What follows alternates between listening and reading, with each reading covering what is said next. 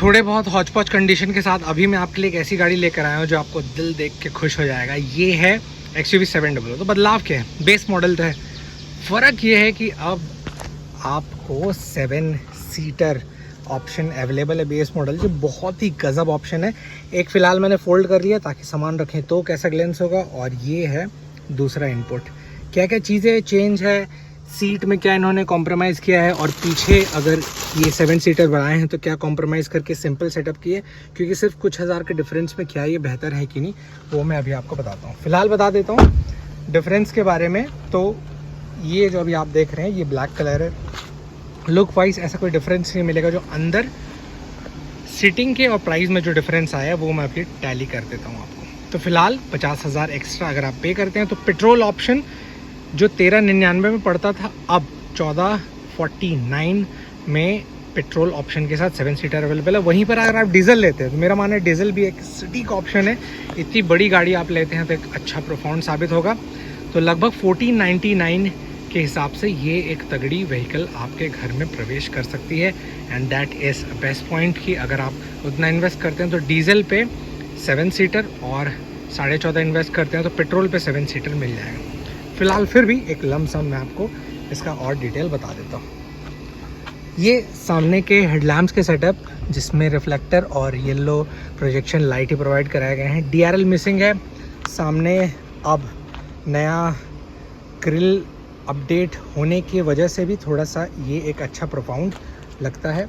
वहीं पर जैसे ये वाला पोर्शन आप देख रहे होंगे, इसमें अगर मैं पिछला बार अगर आप वीडियो आप टैली करेंगे तो मैंने ब्लैक एडिशन दिखाया था, जो डार्क एडिशन काउंट हुआ था उसमें ये पहला ग्लेंस तगड़ा रख रहा था। अब बेस मॉडल के ब्लैक में भी ये एक तगड़ा साबित होगा।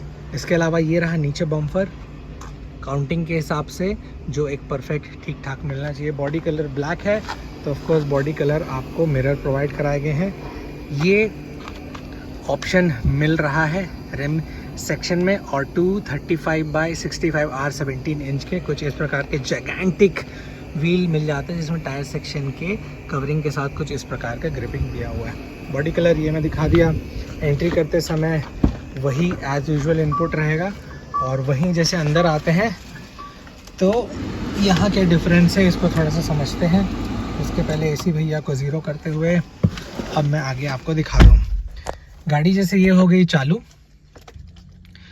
चालू होने पर ये रहा इसका MID इंफॉर्मेशन स्क्रीन, जो थोड़ा सा कंफ्यूजिंग दूर से लगता है पर पास से मैं बता देता हूँ कि बीच में डिस्प्ले है, दोनों साइड एनालॉग फॉर्म दिया हुआ है। वहीं पर छोटा सा प्यारा सा डिस्प्ले जो एक सटीक पैमाने में रिस्पॉन्सिव है, और बहुत सारे लोग जिसको यूज़ कर चुके हैं एक संतुष्ट है कि हमें ये सब चीज़ें दी हुई है। अंदर इंटीरियर पे सिल्वरिश वाइट ब्लैक ये अब मैं थोड़ा सा डिफरेंशिएट कर देता हूँ। ये है ना स्मूथ ब्लैक है, कई लोग नोटिस नहीं करते तो बता देता हूँ, ये स्मूथ ब्लैक है, और ये वाला थोड़ा सा टेक्सचर डिज़ाइन है। ये दोनों अगर आप एक ही ग्लेंस सोचेंगे तो नहीं है, अदरवाइज सेम जुड़ा ऑप्शन है, पर ये टेक्सचर में रहेगा। ये लाइनिंग में टेक्सचर है, पर इसका भी डिवाइडेशन है, बता देता हूँ। लाइनिंग सिर्फ यहाँ तक रहेगी, उसके बाद जैसे ये देख रहे होंगे ना तो यहाँ थोड़ा सा एक अलग पैटर्न शुरू हो जाता है। ये सिल्वरिश इनपुट है, इसमें कहीं भी पियानो ब्लैक फिनिश नहीं दिया हुआ, हल्का सा क्रोम टच यहाँ है। AC के भी ऊपर कवरिंग पे सेम एज इट इज़ मिल जाता है। कंट्रोलिंग ऑप्शन, हैज़ार्ड लाइट, और ये एक लेंस बहता हुआ यहाँ तक जा रहा है।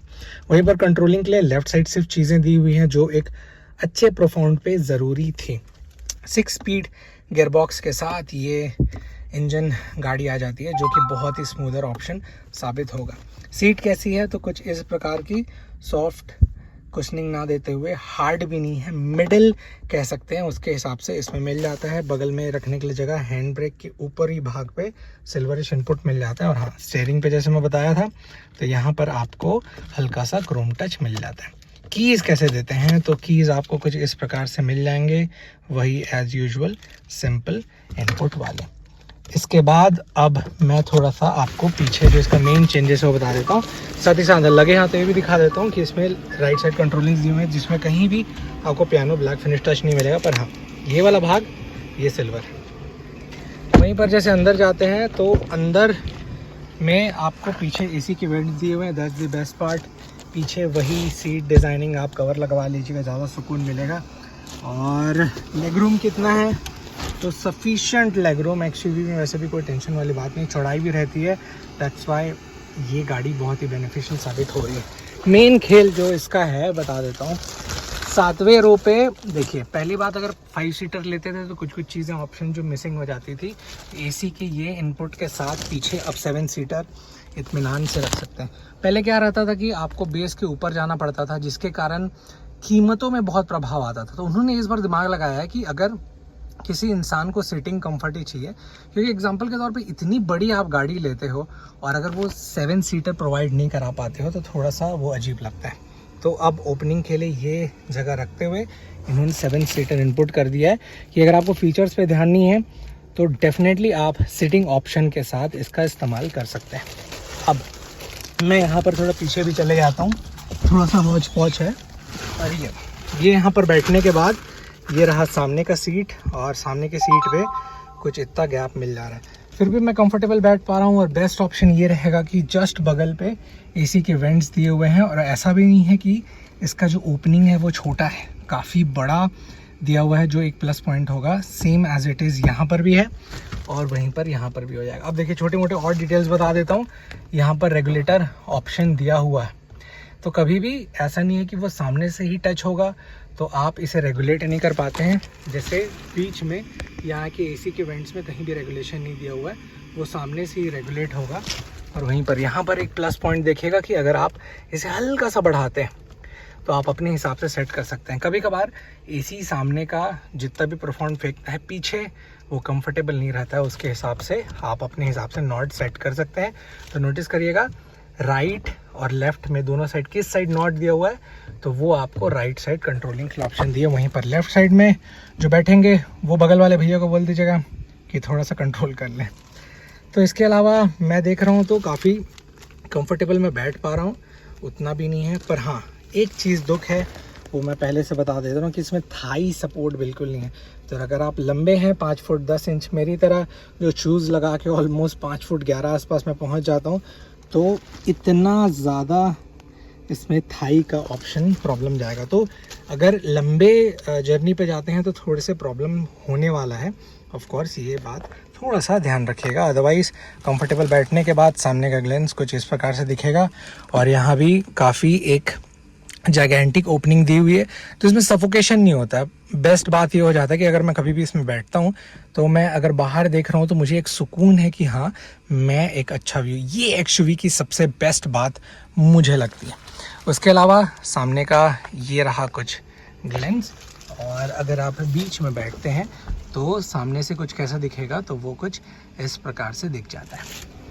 पीछे पैसेंजर्स के लिए कुछ इस प्रकार के कंट्रोलिंग मिरर्स ऑप्शन, साथ ही साथ सिल्वरिश इनपुट दिया हुआ है। वहीं पर जैसे पीछे जाऊं तो इस ब्लैक कलर में तो तबाही लग रहा है, और ये पीछे से लुक जाता है जिसमें आपको कवरिंग कुछ कुछ दी हुई है। Of course shark fin antenna नहीं दिया हुआ है, पीछे डिफॉगर नहीं दिया हुआ है, वाइपर नहीं दिया हुआ है, पर बेस मॉडल में 7 सीटर दे रहा है। कई लोगों को जो सिंपल फीचर्स अपडेट ज़्यादा पसंद नहीं है, कंफर्ट और रनिंग चाहिए ताकि 7 सीटर एक यूज़फुल हो, उसके हिसाब से I think this is one of the perfect car. रेस थोड़ा बहुत प्राइस में जो चेंजेस हुआ है उसके हिसाब से 2 सीट का इनपुट आपके लिए बेनिफिशियल डिसीजन साबित इसलिए भी होगा क्योंकि आने वाले समय पे कभी भी एक प्रोजेक्शन अगर चाहिए था कि बेस मॉडल में 7 सीटर हो और बजट वहाँ गड़बड़ा रहा था, उसके लिए महिंद्रा ने बहुत सही डिसीजन लिया। इसके अलावा पीछे एक्सयूवी 700 इनपुट लिखा हुआ है, यहाँ पर क्रोम टच है, और पीछे सेंसर के साथ ये रहा बम्पर, और वहीं पर साइड से कैसा लुक है तो वो कुछ इस प्रकार से मिल जाता है। ओवरऑल कवरिंग 50,000 के डिफरेंस में पेट्रोल, और जो एंट्री प्राइस है उसका मैं बता रहा हूँ, और वहीं पर एक सटीक कुछ और कीमत पे जो डीजल ऑप्शन मिल जाता है उस पर एक गज़ब माइलेज साबित होगा। तो मेरे को ऐसा लगता है कि आप ये डिसीजन ले सकते हैं। पेट्रोल बजट है तो ठीक है, पर मेरा एक सजेशन है कि अगर आप बेस मॉडल प्रेफर कर रहे हैं और बजट के लिए थोड़ा बहुत ऑफ बीट है, इंजन में आपको ज़्यादा नहीं और रनिंग ज़्यादा है, तो डेफिनेटली डीजल लीजिएगा क्योंकि माइलेज काफ़ी अच्छा निकाल के देता है। पिछले बार मैंने इसे मिक्स्ड कंडीशन पे ड्राइव किया था तो लगभग मुझे अचीव हुआ था माइलेज 13.9 अराउंड, और वहीं पर अच्छा अगर हाईवे पे क्लच कम इस्तेमाल करके परफेक्ट ड्राइविंग आप करते हैं तो और भी आप खींच सकते हैं। So this is best vehicle to invest money on, ऐसा मुझे लगा अब, क्योंकि MX वेरिएंट का सिटी हो गया है। आपको कैसा डिसीजन लगा नीचे कमेंट्स में ज़रूर बताइए।